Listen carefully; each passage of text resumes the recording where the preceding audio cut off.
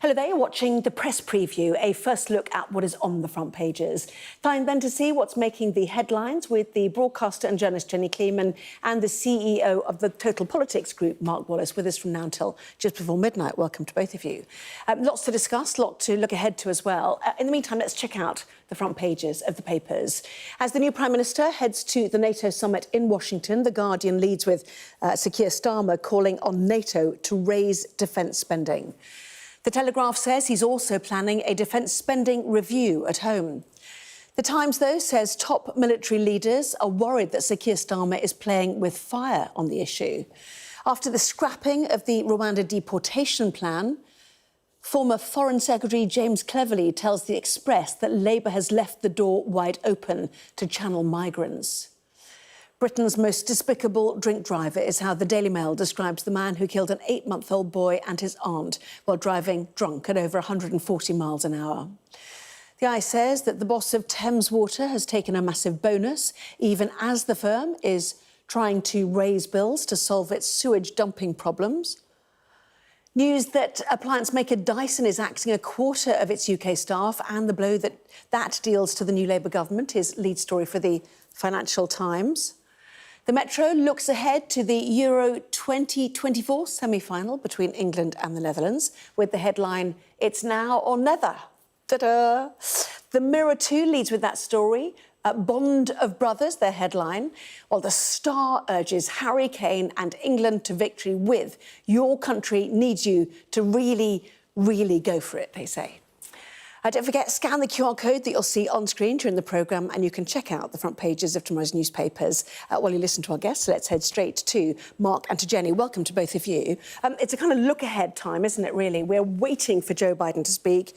The NATO Secretary-General is currently speaking in Washington at the Mellon Auditorium, where in 1949 the NATO alliance was created at a very crucial time. So there's lots of parts of this. Kicking off with The Guardian then, and this is Sir Keir Starmer, who's given us some lines on the flight at the moment, suggesting that 2.5% in defence spending is what the UK will do and what the its European allies should do, Mark.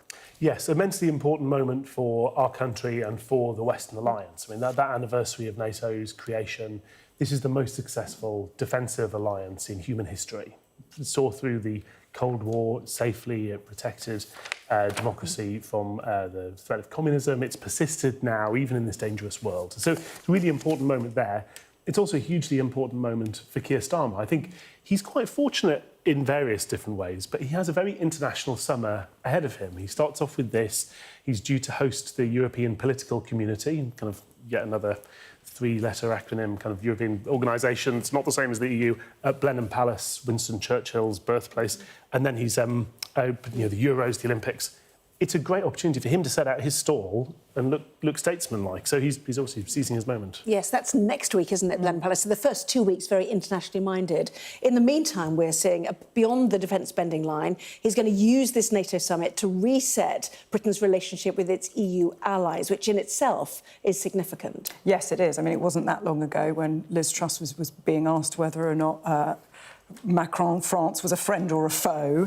We had to answer that in public. So, you know, we've got some catching up to do in terms of our relationship with Europe. But, you know, this is important for the world, this meeting, really. I mean, we are looking at a situation where if NATO can't agree something that will Trump-proof the next 5 years, who knows what could happen in Ukraine. I mean, we know what Donald Trump's attitude is to Ukraine and also to NATO.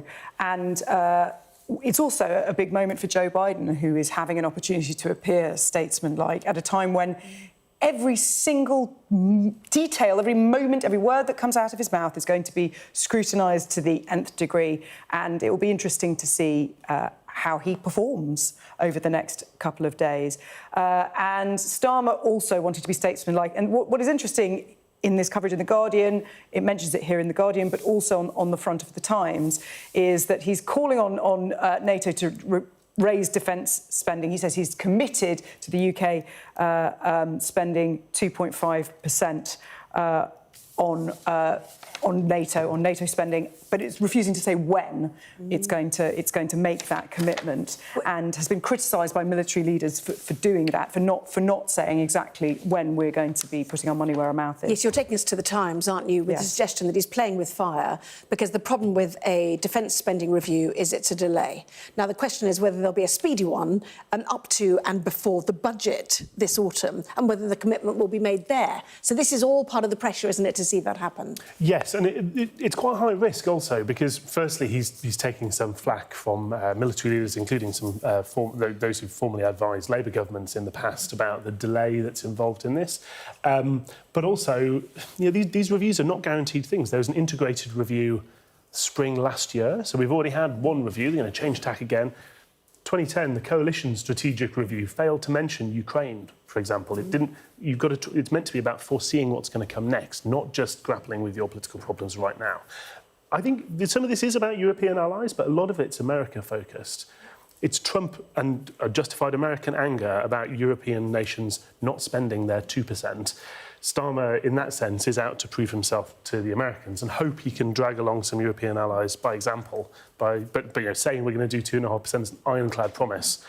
But when is the question. And the Trump message on Ukraine is not that I'm going to pull the plug, is that Europe's got to take the bigger share of the burden, which has obviously not necessarily happened so far. America's provided the most weapons. But a lot of this is predicated on what might happen come November the 5th. We've got the Republican National Convention starting next week, haven't we? We're going to see the running mate for Trump. But all eyes, as you suggested, are on Joe Biden, who we're expecting to see in just a moment, in fact. Yes, and, more calls today for him to stand aside, for him to stand down. I actually can't imagine these calls ever going away, even if he manages to survive another week, until the election, unless he makes absolutely no gaffe whatsoever and is slick as anything and comes dancing down the steps of Air Force One. People are always going to be on the lookout for any suggestion that he isn't fit to run.